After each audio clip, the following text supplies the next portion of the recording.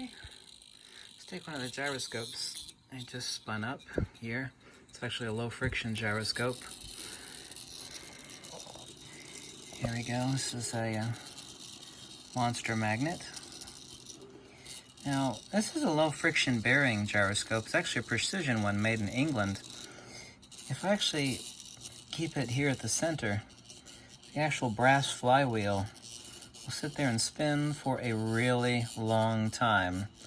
The central portion of a magnet, which you can't tell on a normal size magnet, is not magnetism. That's actually the dielectric portal.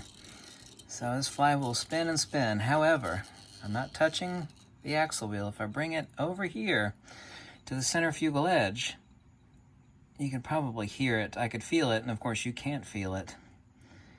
But the flywheel, which I got markings on the flywheel, I'm not touching the axle. The flywheel spins down drastically, very, very quickly. It'd still be spinning at that same high rate if it were sitting at the center here. So what do you think the answer is? Everybody says, and if you ask any scientist, will say, well, this is a really large monster magnet. Yes, very expensive, dangerous. It'll actually cut your fingers off if you get your fingers caught between this and like a refrigerator door or something, or a steel door. You got to be really careful with. Try not to get my phone too darn close. So this is magnetism right here. Yes, well, that's the center of the magnet. And it should be the same here as it is here. Well, it's not.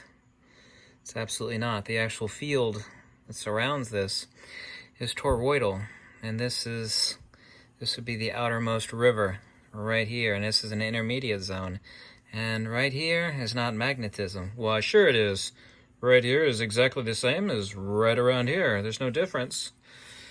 Oh, yes. Yes, there is. Let's take this little ferrite magnet, and it's hard to actually keep it in the center because the induction of the field, keep it dead center. It will stay there if I keep it dead center, but if I give it just a little bit of push, it'll go right there. Now, if you think this is the same as this, and this is a monster magnet, and there's a magnetic field around it, you're half right, and you're ultimately wrong. So why does this ferrite magnet, doesn't matter if it's a ferrite or a neodymium, why is it nearly impossible to keep it right here? Why does it want to jump to the periphery? If we actually think of flow, since magnetism is centrifugal divergence, the centrifugal divergence where the highest flow is right here at the edge. It'd be kind of like if you had an invisible waterfall, right? And this is the waterfall. Instead of it flowing over the edge like a waterfall would, it's actually flowing off of the edge, the toroidal field, the donut shape, the toroidal field. That means the maximum flow rate is right here along the edge of the toroidal donut. And at the center of the donut, just like the center of a tornado and the center of a hurricane, the calm of the storm where you have like 250 mile an hour winds, but at the eye of the hurricane passes over top of you, you know, there's this beautiful clear, there's no wind blowing, the sky is blue, and the birds are chirping. Yeah, exactly like the center of the hurricane. So what's in a hurricane? If you're in the middle of a hurricane, it's really, really bad because, you know, the winds in this hurricane are clocked at 250 miles per hour, for example. Yeah, but we're in the center of the hurricane, and I'm calling you on my phone, and the skies are blue, and the wind isn't moving at all. Why, that's impossible. You can't be in the middle of a hurricane. You're a liar. No, I'm in the middle of the hurricane. Well, that makes no sense. I mean, if you're in the middle of a hurricane, that should be where it's the worst. The same, now you and I know, as well as anybody with a half a brain, knows that the center of a hurricane, and I've been in the center of a hurricane before, decades ago in Daytona Beach, and it was a horrible hurricane. And when the eye of the hurricane came over top of Daytona Beach, where I was at, on South Nova Road, it was clear and beautiful and nice and sunny. It was calm. It was a gorgeous day. But, you know, wait for it. The eye, of course, moved. This is exactly like the eye of the hurricane. Well, a hurricane's really high winds and it's dangerous. Yes, it is. But the center is not. Yeah. Now, everybody knows that the eye of a hurricane or the eye of a tornado is calm and peaceful, and it's nothing like the majority of what the hurricane is. Yeah, everybody knows that, but there's not a single person on this earth that's ever written an article or made a video or made a book about the nature of a magnetic field around a magnet. The only thing that actually defines a magnet is a qualitative point source field object, because quantitatively a magnet is identical before it becomes a magnet. Before this became a magnet, a really, really expensive, powerful magnet, it was quantitatively identical. So the only thing that defines a magnet is its qualitative point source multiplicative field phenomena, which is ab extra to the magnet. That, of course, is always what fascinates people about magnetism. Yeah? Out here is the hurricane. Right here is like the eye of the hurricane. Yeah, but, you know, it's the same. We're a really powerful magnet. This is not magnetism right here. Yeah? Not that anybody's defined a hurricane that way, but the center of a hurricane, where everything is calm and peaceful, yeah? Blue skies and birds are chirping, that's not really a hurricane. You could say you're in the middle of a hurricane, but you're not actually in what defines a hurricane. Right here, you're in the middle of this super powerful magnet. Oh my God, it's really powerful. This is just a weak ferrite to... it's... Watch this. I'm not actually punching the magnet. That's...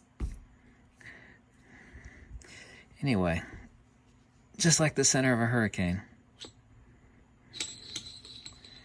Right? The toroidal field is maximum right here. We have an intermediate zone here.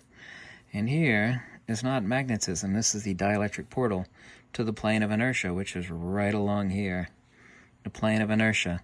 Now let's take the eye of the hurricane analogy further. We know now that this is the eye of the hurricane, yeah? Which is unlike the hurricane.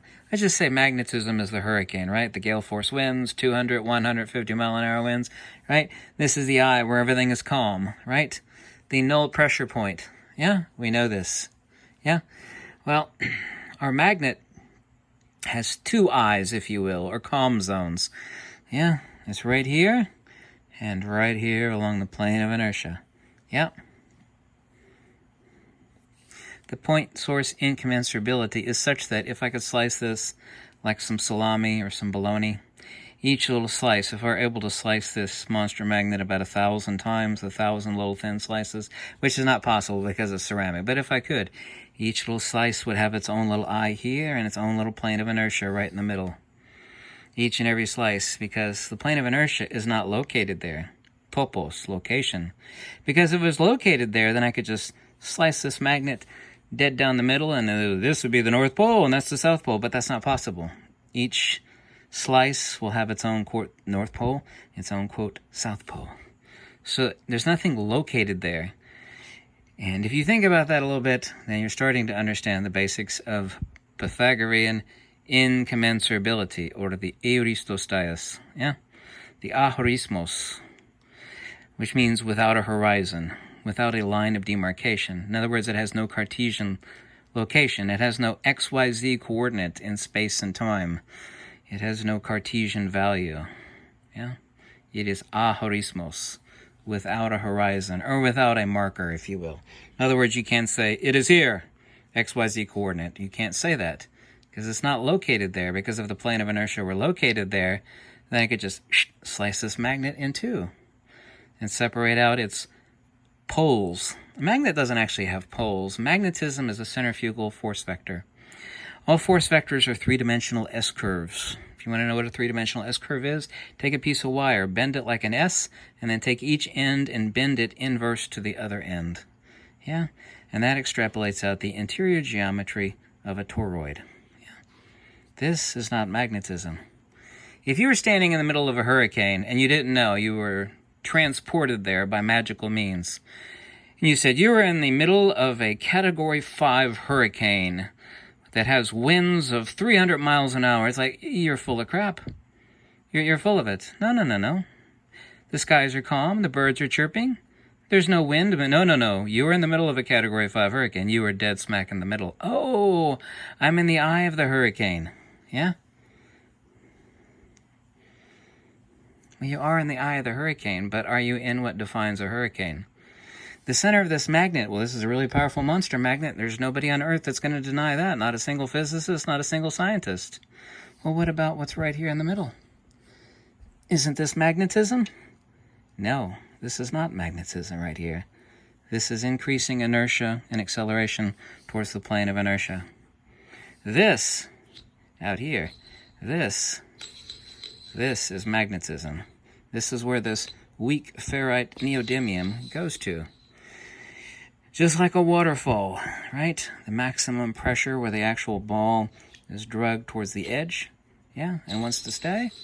That is where magnetism is. This is not magnetism. Now, I know I repeated myself in this video quite a few times, and there's a reason for that.